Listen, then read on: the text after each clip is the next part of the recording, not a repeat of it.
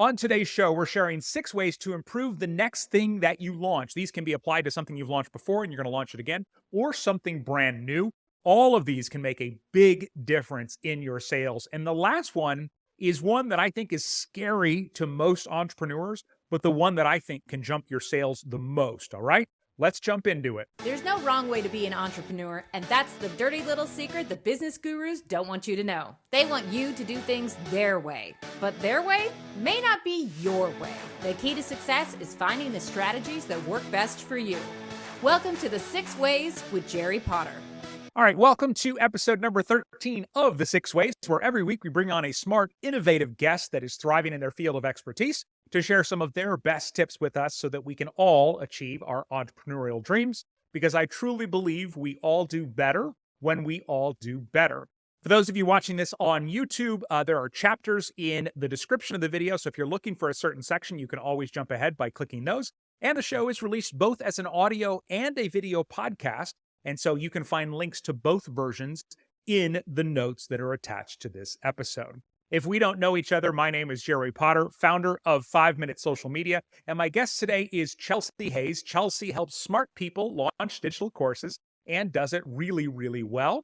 Chelsie, welcome to the show. Hello, thank you for having me. So tell me a little bit more about how you help people launch their courses and just the context of what we're going to be talking about today. Yes, absolutely. So we specifically work with course creators to get their ideas packaged and formatted so that they can sell it to people. So we help our private clients in 3 different ways: building out the tech, which tends to be the scariest thing. We use Kajabi. That's our platform of choice. We also create the launch strategy. Every course is different. Every course creator is different. So we have to have a custom strategy for each person. And then we manage the project because there's about 1,001 things that need to happen for a course launch. And so we make sure that everything gets done and on time. Yeah, well, and I love what you said of the second one, where it's like every person is different, which is kind of the theme for this show, right? We're going to share 6 ways, and hopefully one or more will resonate with people, but there is not one way to do anything. And when we find things that are more aligned with who we are, oh my God, they go so much better. Really? And by the way, obviously I'm a social media coach and that's what I focus on. I love tech. Like there's times where it's like, well, if this business went away, I would love to build automations and figure out how to make things work and geek out over that stuff. So, do you love that, or do you have somebody Nope. else that does that in your business? I don't like tech at Nope. all. Nope. But that is the means to be able to help people expand their reach, impact more people, generate more revenue for their business. And so I know how to do a lot of it. I don't like doing a lot of it. So I do have a team that helps me. And they're in the ones that are actually doing a lot of the tech at this point. Okay. So yes, Okay. found a happy medium there. Yeah, that's the way to do it. For everything we hate doing in our businesses, Yeah. somebody else, it's like their favorite thing. Like I have Yes. somebody that loves spreadsheets, and I'm like, cool, you are the analytics person. Enjoy. I like the So, spreadsheets. I like looking at the do you? big Okay. picture and all the steps. Yes. Okay. All right. We're going to share 6 ways to improve the next thing you launch. Chelsie brought 3 and I brought 3. Also, our question of the week from Sandra, who said, what's the best social network for launching something new? There's probably a lot of answers for that, but we'll definitely tackle that as well. So make sure you stay till the end of the episode. All right. 6 ways to improve the next thing you launch. Number 1, Chelsie, you go first. The first thing is to have a proof of concept. So know that what you are selling actually works. And this can be really intimidating when you're starting something new because you don't actually know that. But what happens is if you have this idea and you don't test it, you don't have any proof when it comes to selling it, not intentionally, but you come in at a little bit scared and unsure. And that shows through when you have your launch. So the thing I like to tell people is you might already know that what you do works. Maybe you work one-on-one with clients. Maybe it's something that you have done personally. Maybe it's something that you've done in your day job. And now you have a side hustle business and you are bringing that experience and expertise in. That's fantastic. That's your proof. You know it works. But sometimes we have these ideas and we know they're great ideas and we want to share it with people, but we just don't have the solid facts and knowledge that something actually works. So one thing I like to tell my clients or people that are in my world is to do an alpha launch. And I even hesitate saying the word launch because that feels big and scary. But Yeah. if you think about it, we hear the word beta testing all the time. But in the Greek alphabet, there beta is the second letter. The first letter is alpha. So it's the thing that needs to happen before you get to a beta. And so the alpha is when you can work one-on-one with people to test your idea. And it's really low key setup. So I work with a lot of course creators. So I'll use that as an example. If a course creator, maybe it's somebody that wants to teach people how to start a photography business. So they teach people how to start a photography business. Maybe there's 4 different topics that they want to teach. So with an alpha launch, the way I teach it or the way I suggest my people go through this process is find 5 people that want to learn what you teach or they want to have this experience and go through it with them one-on-one. So if it's a digital course, if Mm. you have 4 topics, you're going to meet one-on-one with those people and talk about a specific topic for each call. So you'll have 4 one-on-one calls and you're just walking them through that process one-on-one. It does not have to be like this whole big production. All you need is a person, you need a payment processor because I do recommend that they pay you when I you was going to call me. ask about that because I think Yes, that's yes. important too. Yeah. Yes. So my thought is when somebody pays, they pay attention. They are in it. They have skin in the game. And so this is not something where you just go find your neighbor and say, "Hey, let me just like tell you about photography," and they have no intention of doing anything with it. These are people that actually want to learn what it is that you do. So you find a person, there's a payment that goes through. You find a person, there's a payment that goes through, and then Zoom. That's really all you need. There's not a lot of Yeah. slides, there's not a product portal, there's not, a big workbook, and you just go through with them one-on-one and teach them in these one-on-one Zoom calls what it is that you do. And what happens is through this process, um sorry. What That's happens okay. is through this process, there's several things that happen. So one of them is you now have people that have paid you for this service. You now have proof that what you do works. You have happy clients and customers because they have gone through your process. You now have tested out your process, and through these one-on-one conversations, you can test and tweak and adjust. So when you're ready to fully launch the thing, you've already worked through some of the kinks. Because you have happy customers, you also have testimonials now. And I think the biggest thing that happens when you do an alpha launch, when you have tested your process, when you have proof of concept here, is you have conviction in what you sell. You have confidence in what you sell, and that shows through when you have a sales page or when you are promoting the thing or you send out an email campaign because you now have proof that there are people out there that want to buy your thing and that they can get the results. And you just are able to show up in a much deeper way when you have your actual launch. Yeah, I mean, even without the testimonials, which are obviously great, Mhm. I'm working with a woman right now, actually, on launching a little digital course, and we've talked a lot about pricing.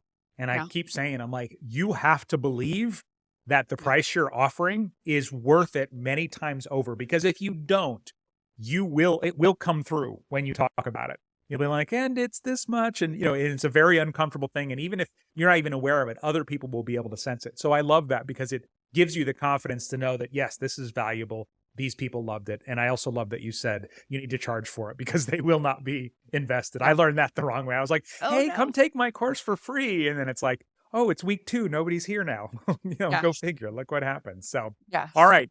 Next up, number 2, 6 ways to improve the next thing you launch. Talk about it before you sell it. Mm. This seems obvious when you hear it, but it happens so often and I'll talk to people about, joining my social media leads lab program where they'll say, well, I'm not launching my, my product for 6 months, or I'm not launching this new service for 6 months. And it's like, okay, well, when do you plan on posting about it?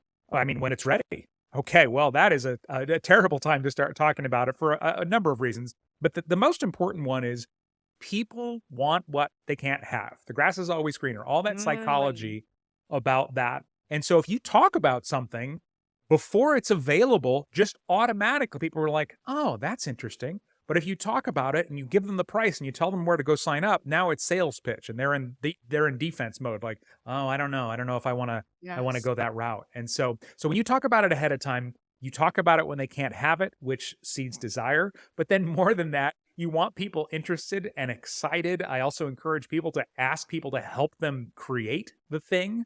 And then when it comes out, you're going to have people already ready to buy. That's why sometimes these Kickstarters are so successful because it's just like, oh man, there's that thing and it's not out yet. And I want it. And I want to help them and I want to be part of that. And I think we can all do that in our own businesses by talking about our thing before it comes out. I love that. There used to be this notion with course creation and course launches and using live webinars. This is a few years ago, but it was you use a live webinar to warm up your audience, and then bam, I have this course. And you just kind of came Yeah. out of nowhere with this course topic. And it was almost like it just came out of nowhere. There was no like real time to warm people up. So I love the idea that you're planting the seed early on and then it can kind of ruminate and grow there, so they're ready to purchase when the thing is actually available. Yeah. Love it. Can you imagine if like Hollywood movies didn't advertise until the day they came out? Right, and all of Yeah. a sudden Friday, maybe you hear a commercial somewhere or you see an ad on TV and you're like, "Oh, that's out now." But if we take the Barbie movie as the most recent just mega Exactly. example, obviously we were hearing about it for months and months and months. And so I tell people, I'm like, "Hey, 6 months out, you can start talking about something. It is not too soon. You will get sick of it long before they do." Yes. And you can always find new ways to think about it and talk about it, especially if it's evolving. So, all right. Up next, number 3, 6 ways to improve the next thing you offer. What do you got, Chelsea? Set realistic expectations. So there's nothing that like kills an idea or kills a product or kills a service faster than unrealistic expectations. So in our world, if you have an email list, generally about one, maybe if you're really good, 5% of your email list will buy your course. So if you have an email list of 250 people and you say, I want to get 50 students in this next launch, Mhm. that's not realistic. And so what happens is if you go into this launch to sell your course or sell your product or whatever, and you get 3 people to sign up, you are going to feel, or it's common that people's emotions get into it and they feel like, I'm a failure. Nobody wants what I have. My product is crap. And it's not any of those things. It's just that you didn't have realistic expectations going into it. So I love having goals. I love like, pushing yourself and striving, but setting realistic expectations will be the thing that keeps you going. Because maybe you got 3 people this first time. Okay, great. Well, now we have 3 people in and we can keep going. We can launch again and continue moving forward, continue refining, continue improving, continue tweaking. But if you have totally unrealistic expectations, you're going to take a dagger to the heart and you're most likely Yeah. going to quit a lot sooner than you should. So that's So you that's my said, suggestion. yeah, 1% of an email list. And so let's say that somebody has 1,000 people and they say, okay, so I should be able to sell 1% would be what, Mhm. 10 slots, right? Yeah. Yeah. So I want to sell 10 slots. And then they come back and they only sold 4. Like, how do you talk to them about the next phase after something like that? Because Ooh, that's anyone who has tasted yes, success has yes. absolutely tasted failure. We've all done it somewhere along the way. Yeah, absolutely. And so if you're the thing to know is these are guidelines. This is not hard facts that nothing's a guarantee. So if you say, okay, I have 1,000-person list, I want 10 people, I got 4, that's probably an internal conversation that you need to have. Okay, what do I need to tweak? What's the lesson from this? What do I need to adjust so that when I launch again, people are ready for it? And a lot of times what happens when it's and this goes back to what you were just saying as well. When it's the first time you're creating something, people aren't really sure what it's about.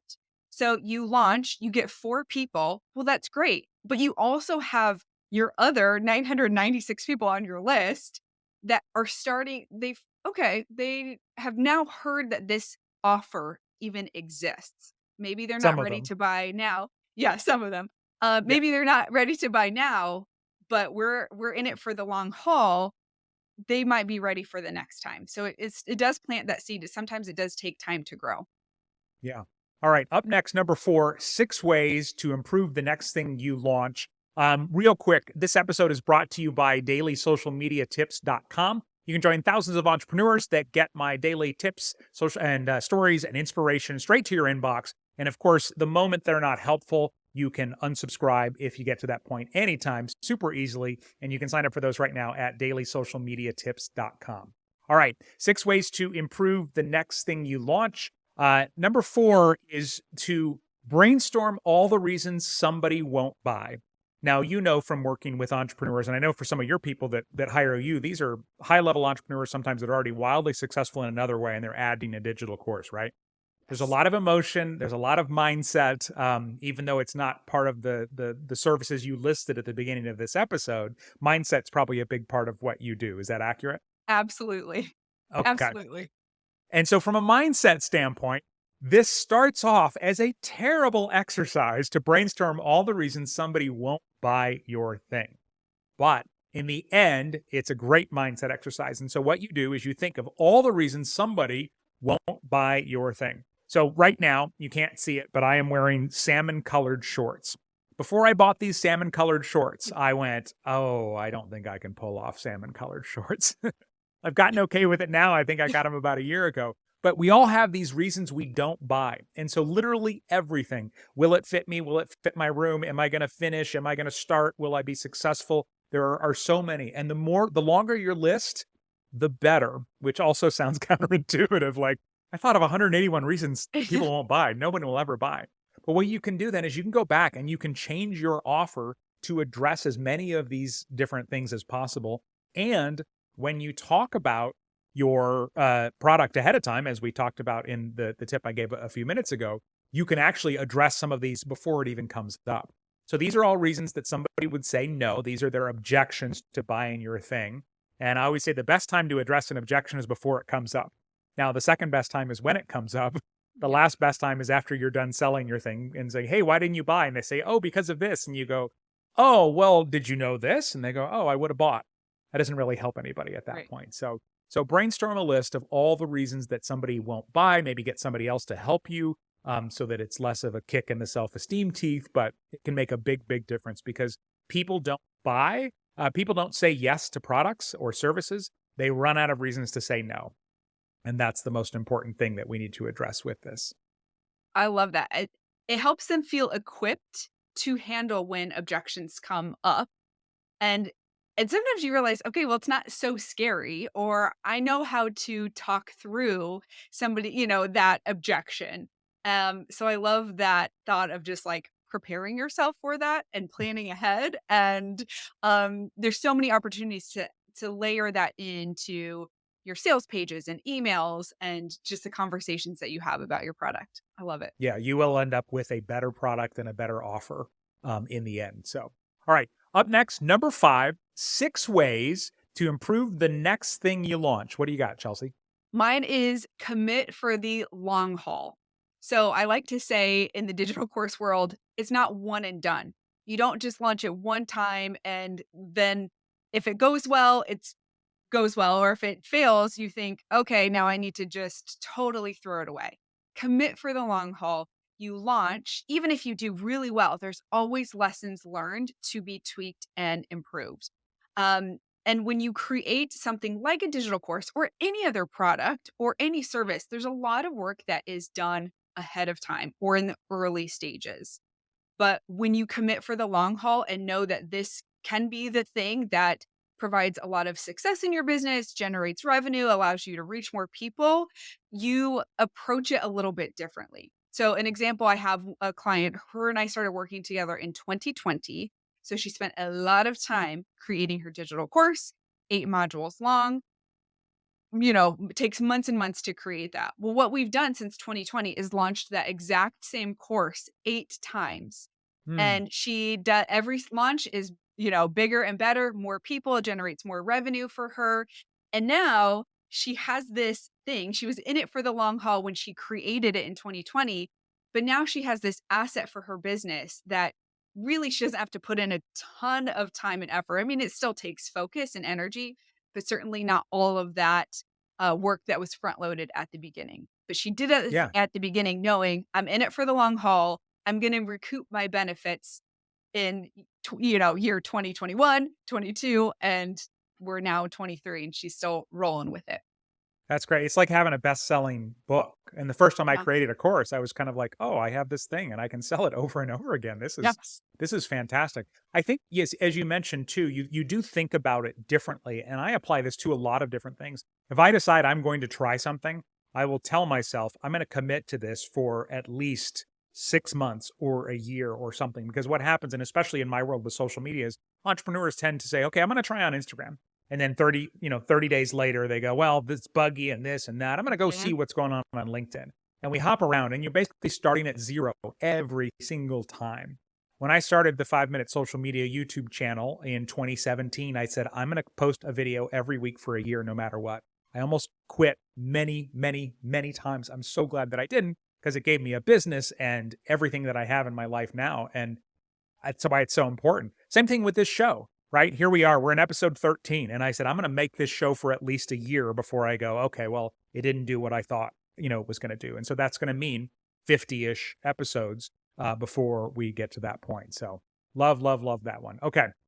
Next up, number 6 ways to improve the next thing you launch. This makes entrepreneurs very uncomfortable when I bring it up, but offer a generous money back guarantee.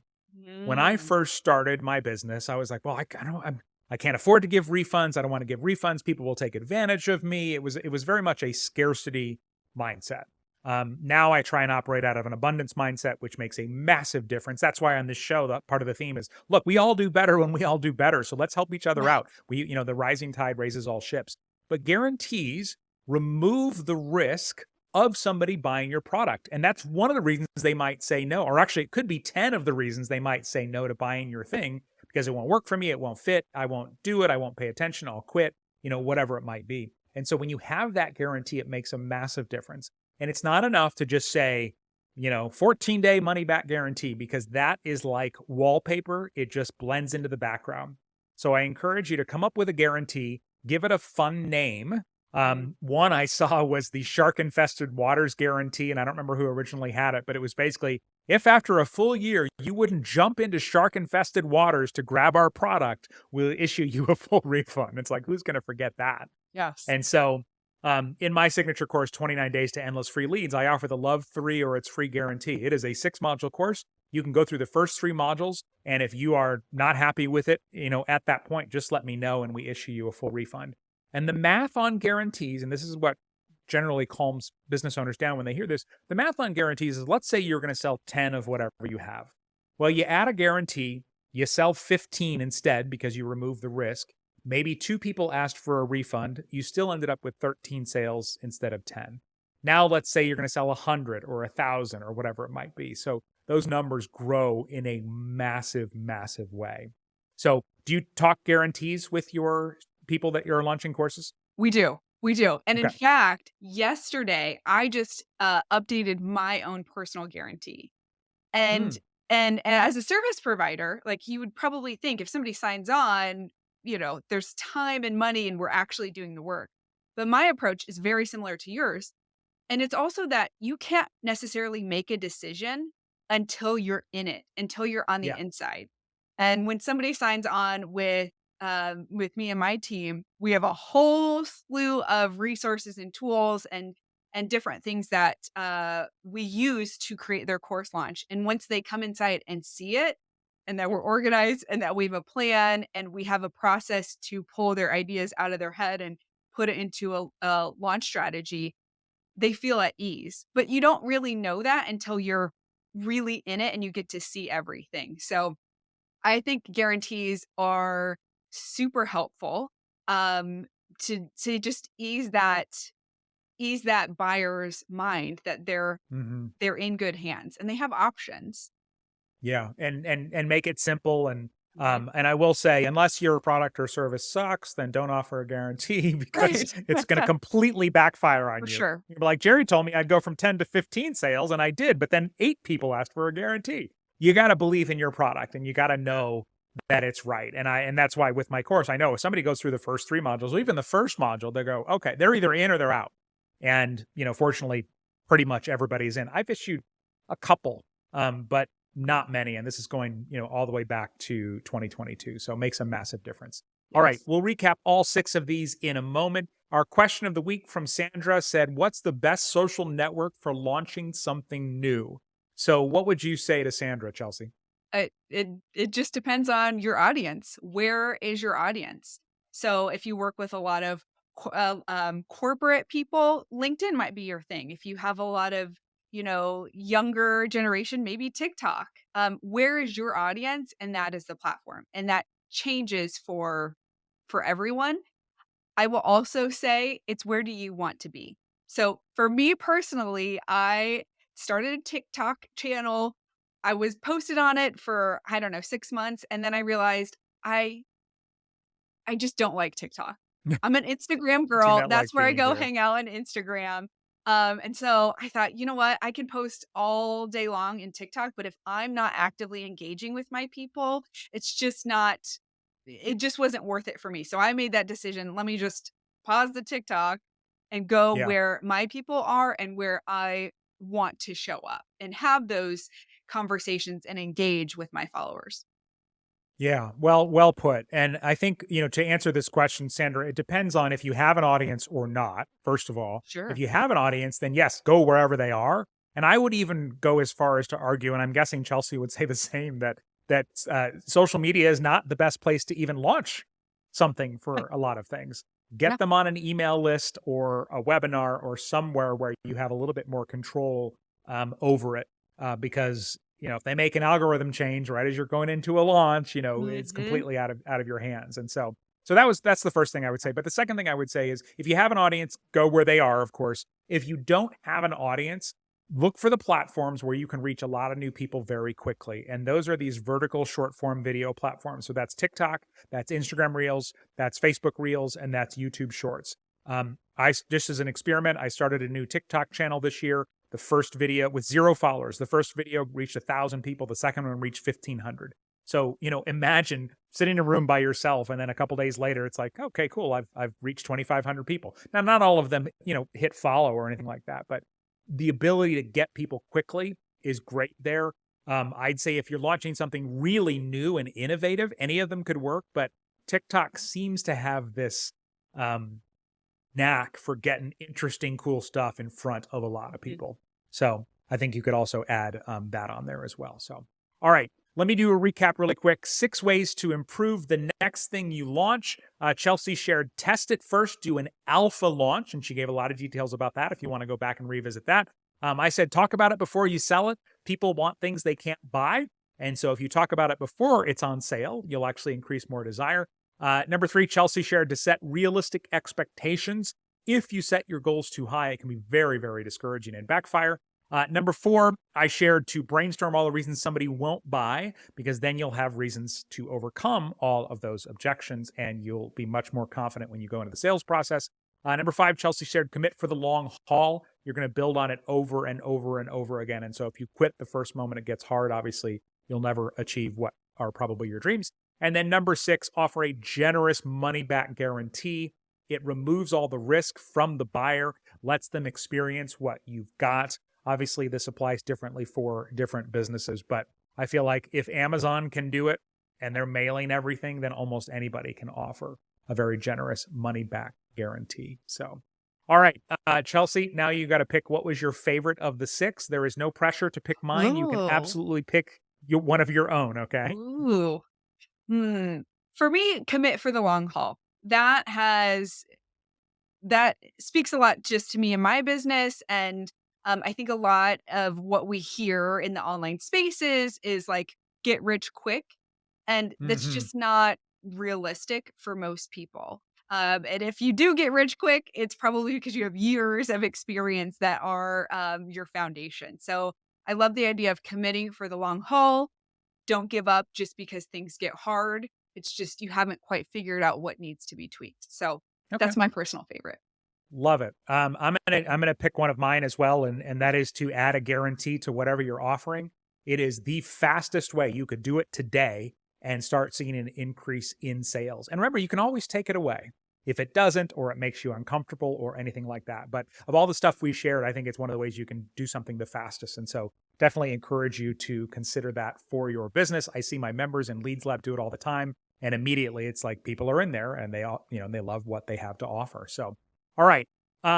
If you want to take a deep dive on any of these and find all of the notes about everything, you can go to the6ways.com/13 for episode 13, the6ways.com/13. Some really awesome some really awesome tips were shared today. And so remember, we all do better when we all do better. So take a second, tag somebody who might benefit from this, or send them a link to the episode, and let's all grow our businesses together. If you want to check out a couple of other episodes, if you like this one, you might enjoy 6 Ways to Stay Ethical and Still Be Wildly Profitable, which was episode 10, and 6 Ways to Use LinkedIn to Become a Thought Leader if LinkedIn is your platform of choice. This is a great episode to check out, and that was episode 7. You can find links in the episode notes wherever you're watching or listening today. So, Chelsie, thank you so much for being on the show. Love this conversation. Come back anytime. Thank you for having me.